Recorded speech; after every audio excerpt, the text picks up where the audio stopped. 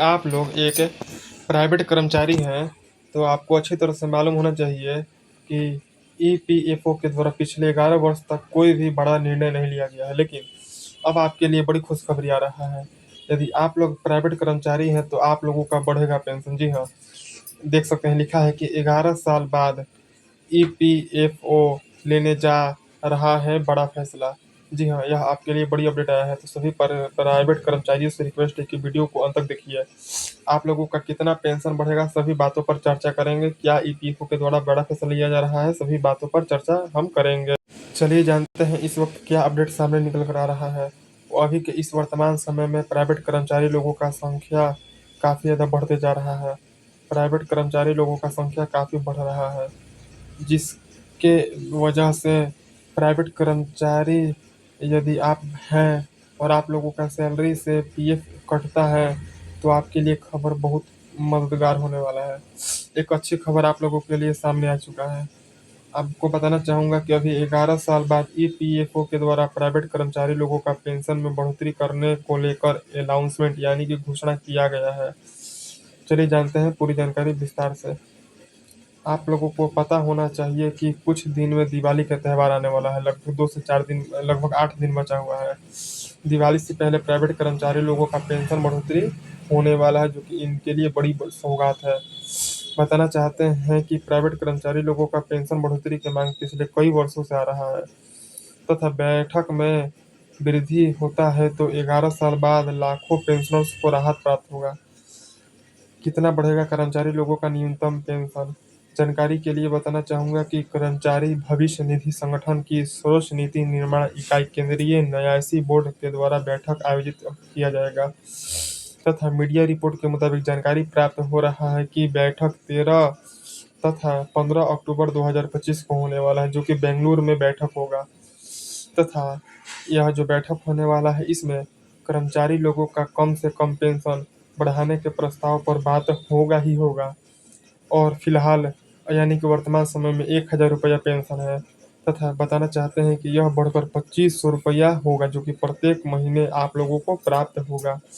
तथा यदि ऐसा 100% सच बात हो जाता है तो 11 साल बाद ऐसा प्रथम बार होने वाला है कि पेंशन दर में बदलाव होगा। तो चलिए जानते हैं और अधिक जानकारी विस्तार से। सबसे पहले बात करते हैं कि ईपीएस 95 पेंशन है क्या। ईपीएस 95 पेंशन है क्या? ईपीएस 95 पेंशन कर्मचारी पेंशन योजना 1995 है, जो कि यह एक सामाजिक सुरक्षा योजना के नाम से जाना जाता है। ईपीएस 95 पेंशन योजना के अंतर्गत रिटायर हो चुके कर्मचारी लोगों का निर्धारित पेंशन होता है। यह योजना के अंतर्गत नियोक्ता कर्मचारी लोगों का सैलरी का 8.33% फंड में बटोरती है यानी कि जमा करती है और केंद्र सरकार के द्वारा 1.16% का योगदान इसमें होता है और योगदान 1500 की अधिकतम सैलरी पर कैप किया जा चुका है। हर महीने कितना पेंशन दिया जाता है? जैसे कि यदि किसी कर्मचारी के फंड में पर्याप्त राशि बिल्कुल भी नहीं है तो ईपीएस 95 के अंतर्गत सरकार के द्वारा मिनिमम 1000 रुपये प्रत्येक महीना पेंशन दिया जाता है।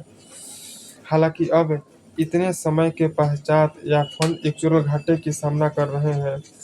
यह एक तरह यूं कहा जाए कि फंड में जितना पेंशन देने का वादा हुआ है उतना पैसा सरकार के पास में उपलब्ध नहीं है तथा ईपीएस 95 के अंतर्गत 58 वर्ष या इससे अधिक आयु सीमा एवं मिनिमम 10 वर्ष की नौकरी करने वाले कर्मचारी नियमित पेंशन के योग्यता माने जाएंगे। चलिए जानते हैं कि आखिर कर्मचारी पेंशन बढ़ाने का मांग क्यों कर रहे हैं, कर्मचारी के द्वारा किया जा रहा है। बताना चाहते हैं कि ट्रेड यूनियन एवं पेंशनर्स काफ़ी अधिक समय से पेंशन बढ़ाने को लेकर डिमांड यानी कि मांग में लगे हुए हैं। इन लोगों के द्वारा कहा जा रहा है कि महंगाई के इस वर्तमान समय में 1000 रुपया का पेंशन हम लोग का ज़रूरत पूरा नहीं कर पा रहा है, हम लोग का ज़रूरत अधूरा ही हो जा रहा है तथा रिटायर कर्मचारी एवं संगठन के द्वारा कहा जा रहा है कि सालों तक काम करके इस फंड में अपना योगदान जो भी किए हैं उन लोगों का इस महंगाई में इतनी कम पेंशन देना काफ़ी अपमानजनक है। यानी कि अपमानजनक है तथा यूनियन के द्वारा 7500 रुपये का मिनिमम पेंशन की मांग हो रहा है। हालांकि मौजूदा स्थिति देखा जा रहा है और इसे देखते हुए प्रत्येक महीने पेंशन 2500 रुपये बढ़ाने का घोषणा किया जा सकेगा। क्लेम प्रोसेस को बनाया डिजिटल। बताना चाहते हैं कि बैठक 7 महीने के पश्चात हो रहा है एवं 7 महीने आपको बताना चाहते हैं कि 7 महीने के बाद बैठक हो रहा है और इस बैठक में ईपीएफओ 3.0 पर भी बात होने वाला है।